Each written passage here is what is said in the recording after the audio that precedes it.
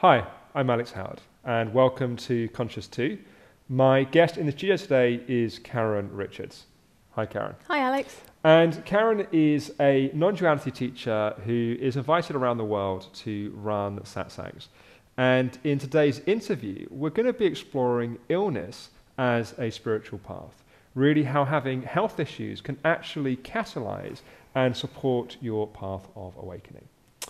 So, Karen, maybe a good starting point would just be to give a little bit of context to the interview. I know that you've had your own adventures, let's say, in terms of your own health. So maybe just tell us a little bit about that, and then we'll come into how that's affected your own journey. Well, really, the awakening experience happened quite early on in my illness journey. There was probably a couple of years building up to the critical health situation that I found myself in. And life was very, very stressful. There was never a still moment. You know, it's like I was going at 100 miles an hour, always busy, and, you know, working full-time in the NHS, running a home, doing all the normal things that we do to run a home. And you're working as a nurse, which is both physically, emotionally draining. It was, and the role that I was in actually was particularly stressful. I was an intensive care nurse specialist, so I was carrying a cardiac arrest bleep, teaching, training, doing a job of 4 people by myself, carrying on some professional education in the terms of advanced life support and nurse prescribing and things like that. So it was incredibly busy. And I had a period over that 2 years where I was getting colds more and more frequently that sort of lingered, and things were just really going downhill. I was more and more fatigued, more and more tired, and unbeknown to me, I actually had a thyroid problem. And the life situation really was just failing on every level. You know, my relationships at home weren't particularly straightforward, shall we say, and it just seemed that there was no comfort anywhere. And you started experiencing fatigue, I guess. Was that the primary, the way it started? Or? It just seemed to be stress, really. Oh, okay. Stress and colds more so. And I just put it down to the job and the situation that I was in. And there can be a thing people kind of almost celebrate, you know, I've been doing this many hours and I'm stressed, and it's almost like it can, you know, there's a kind of culture where you just almost get desensitized, I guess, to I wasn't enjoying it, but I just couldn't find a way out. Right. Yeah. It felt like I was trapped, really, in all of that. And as a result of all of that, I was telling a friend of mine about all the problems that I was having, and he presented me with an opportunity to actually listen to a tape that was John Wheeler speaking, who's a non-dual teacher from America. And I had no idea what it was going to be. But during that radio broadcast that I listened to, I had a very profound awakening experience, which impacted how I saw and experienced life from that moment on.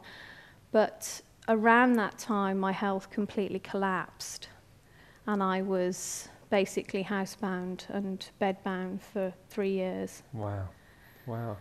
And I know that there's obviously a lot that we could, you know, we've got some shared knowledge, let's say. Absolutely. I had a somewhat similar experience in terms of health, as you know, for a number of years. And so there's a lot we could say about that. But I think what I'm particularly curious about in terms of the interview is how those, what could very easily be labelled as suffering, as a kind of something that shouldn't be happening, something that was wrong with your body, let's say, how that affected your path, how that in a sense that became a support for you to... It was incredibly supportive in a way, even though at the time initially I didn't realise that that was the case.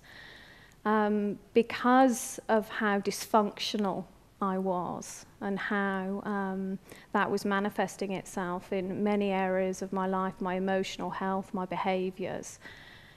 The illness actually prevented me, after the awakening experience, from re-engaging with the world. So it was almost like I had no choice. But at first there was a lot of struggle with that. It wasn't easy. Yeah, it's funny. It's one of those things in hindsight. It's if I didn't have a choice, and therefore it was a kind of But at the time, I'm wondering how that felt. You know, that you were forced to be dealing with this. It was incredibly challenging. Lots of emotional trauma, lots of tears, lots of frustration, lots of feeling hopeless. Like there was it was like I was in a black hole, really. With no way out, couldn't see. And the mind was profoundly affected by the fact that the thyroid drugs that I was taking weren't working. So it was like everything was slowed down. It was like I'd got treacle in the mind. The thought processes just weren't functioning in the same way that they were before. Yes, yeah. And physically I was slowed down as well. You know, and it's interesting, in certain traditions, they talk about a 3-year silent retreat. You kind of, you go off for 3 years. I've not heard of that. Yeah, it's a kind of, about 3, I think they talk about 7 years sometimes as well, but certainly 3 years is a kind of number that's talked about. Oh, interesting. It's a kind of, but of course, something like that's generally a choice, that someone goes, right, I'm going to go and invest this time in this way. So I'm wondering, with the sense of being almost trapped, almost being kind of housebound and not being able to do how you worked with that sense of frustration that you wanted things to be another way than they were. The conclusion that I came to, it was either surrender or suffer. Surrender to what I'd realized, or continue to suffer. And it took a while to actually come to that conclusion. I don't know how long exactly, because those sort of 3 years where I was at my worst, a kind of a blur, really. But yeah, that was the investigation. That was really what the conclusion that I came to, that actually there was an opportunity here. But I'm also curious, what you're saying makes sense in terms of surrender or suffer, and I think it's one thing to get that as a conceptual idea, and it's another thing to really embody that. Can you say anything about what helped you deepen in your understanding of that? Was it just a kind of getting so fed up with the fighting and the suffering that something dropped away, or how did you navigate that? I don't really know how to answer that question, actually. It was exhausting continuing to struggle. And it was just what I knew. In that moment of awakening, there was no doubt about what is here. And what is here is what I am. And so the illness was an amazing opportunity to just really marinate in that realization. Well, let's go back a little bit to what happened in the realization as well, because I think that might help kind of set some more context. So you were listening to this radio broadcast with John Wheeler, I think you said it was. And what happened? Well, it was kind of structured with sort of commercial breaks every 15 minutes. It was an hour long. It's a funny thought, kind of spiritual teaching with Coca-Cola sold in the middle of it. I was having a cup of tea, actually. How English is that? But just sat on the sofa. But during the first commercial break, I just turned to my friend and I said, he's saying we are awareness. And my friend just said, yes, you are. And that yes, you are seemed to point to something beyond the words. And the idea of myself in that moment completely fell away, and there was just an amazing expanse which contained everything and nothing. It was like I saw myself to be the substratum that cannot be named or defined, that is giving rise to every perceivable form.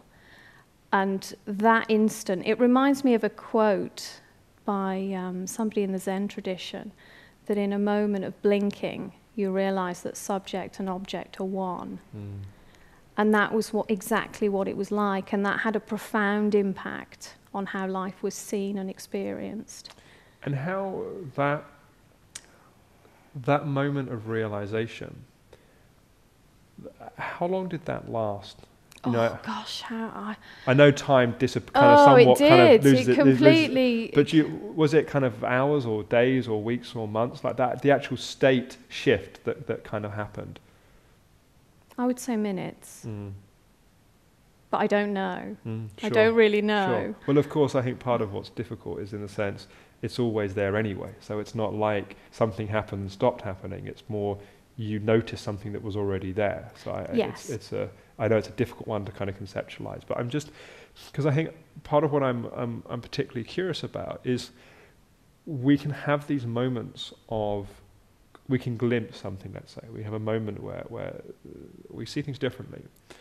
And then there can be a great deal of frustration trying to get back to that. And I know we're going to do a separate interview exploring what happens after kind of awakening. So we'll save some of that for there. But what I'm curious about here is you're trapped in the house for 3 years. You've had this glimpse. How did being ill, in a sense, actually support you in working with that? Just because I couldn't do anything. I couldn't re-engage. You know, it was a struggle even feeding myself, you know, opening a tin of soup. It was a struggle bathing myself. You know, you don't really know fatigue, do you, until you're exhausted after you've had a shower. You know, it just took everything away. You know, I was barely functioning. You know, there were times where I put on a sort of brave face, but most of the time, I was just staring at walls. I was just lying on the couch. I was lying on the bed. You know, it was like I was in this void of emptiness, really. And I think that kind of fatigue is very different to any other kind of. And I know, as you know, I know what you're saying, but it sounds like there was something in you had no choice. You were powerless. You almost recognized the reality of the pointlessness and powerlessness of. I was totally vulnerable. Yeah. Totally vulnerable. Totally open. And you said something about the emptiness. Can you say more about that? There was just a recognition that there is something actually that even knows emptiness. Emptiness is also a kind of a perception. And that was cradling everything. It was infused through everything. And it was inseparable from this expression that so far I'd taken myself to be. You know, I was somebody that would never have gone to sort of non-dual teachings, I don't think, before. Looking at my old mindset, I probably would have thought this sounded totally crazy. But it makes absolute sense. What do you think would have happened if you'd had that awakening experience and you just carried on with your life working in the NHS? You hadn't been forced to stop because of the illness. I don't think it would have gone as deep. I've no way of knowing that. Sure. But it was almost like the state of suffering that I was in, which had built up ever since my early childhood, was so profound and so difficult that I feel the awakening, revealing my true nature to myself, saved this physical life, because I don't think I could have continued. Yeah. I was in such a desperate, desperate state.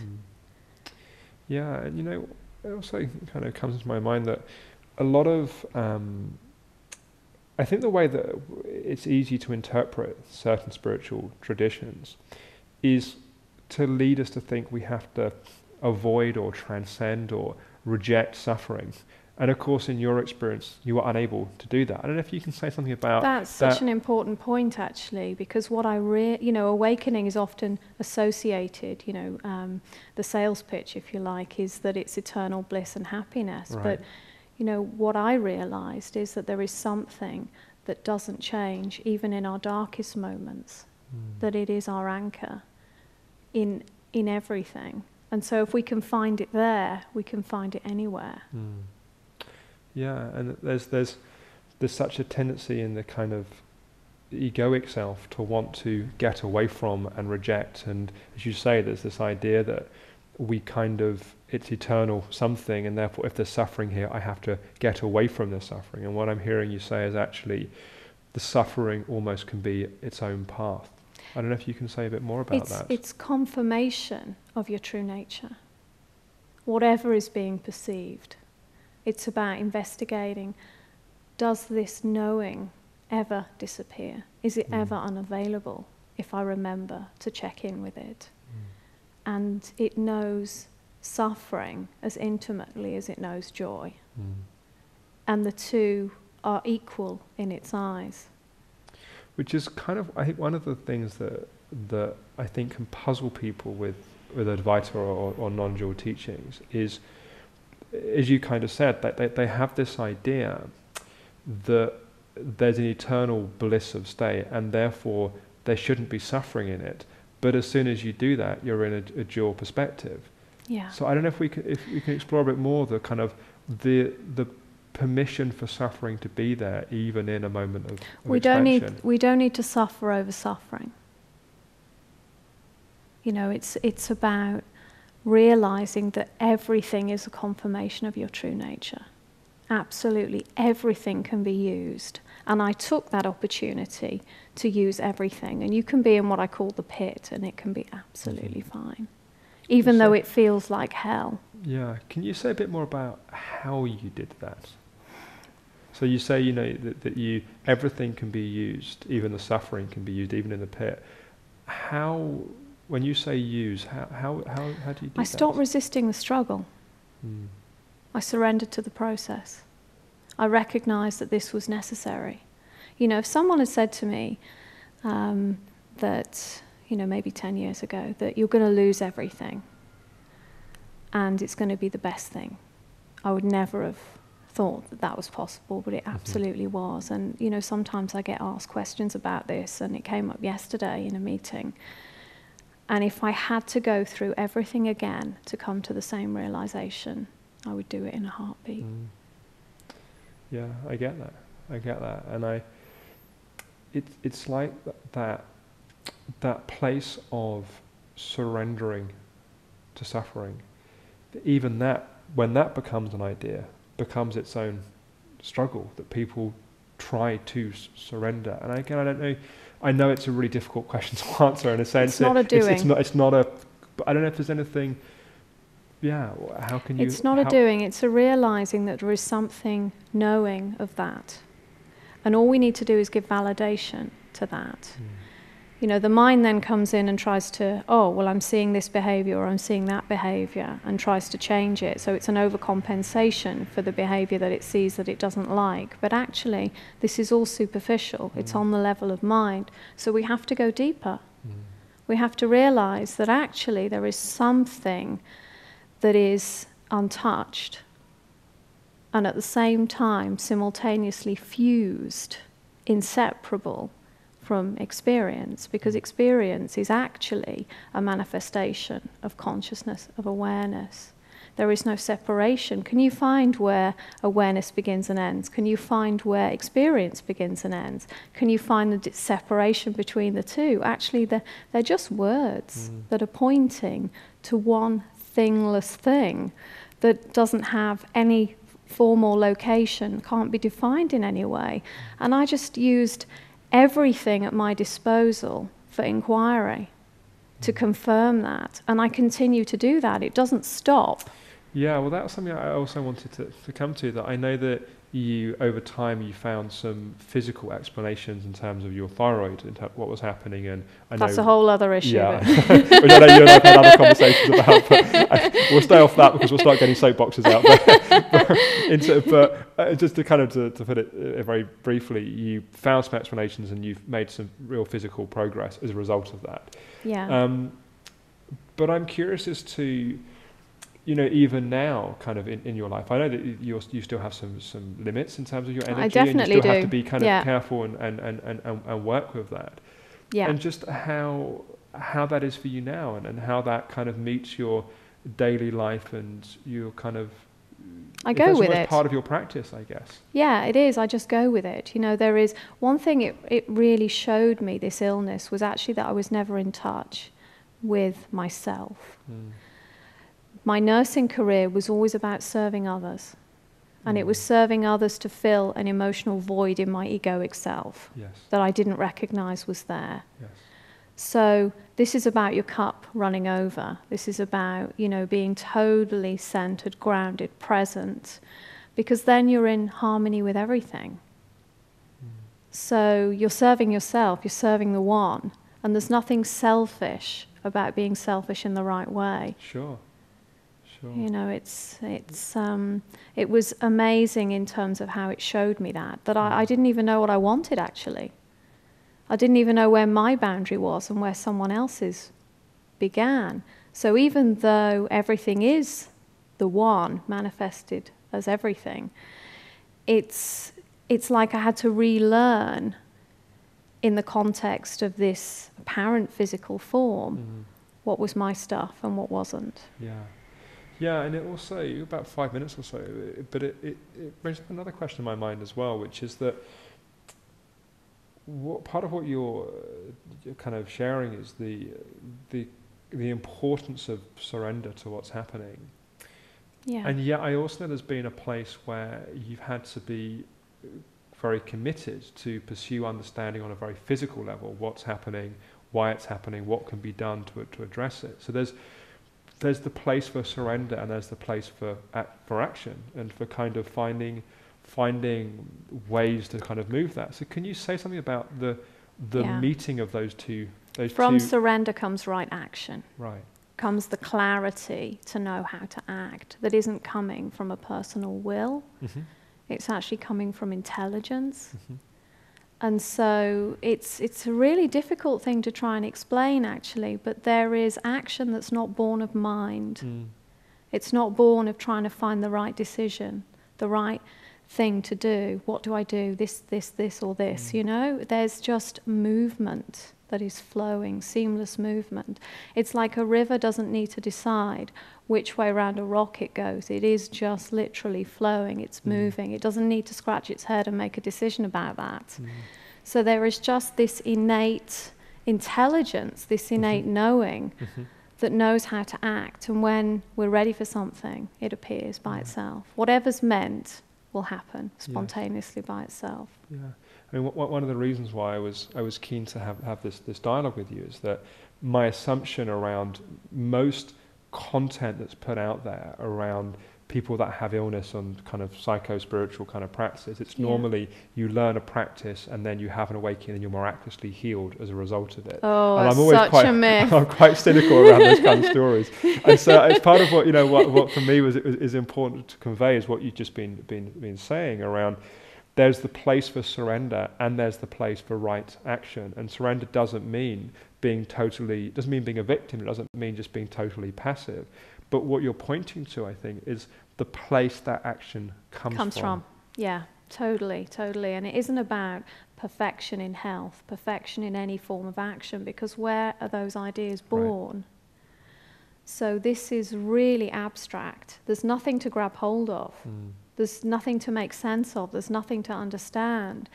And, you know, I'm resigned to the fact that whatever is meant to happen will happen, and it has nothing to do with the physical state of this body. And actually, looking back about 2 years ago, there was a period where I was really struggling. I was back in a difficult kind of state with the health. And what I was inquiring with was actually, could I live with this?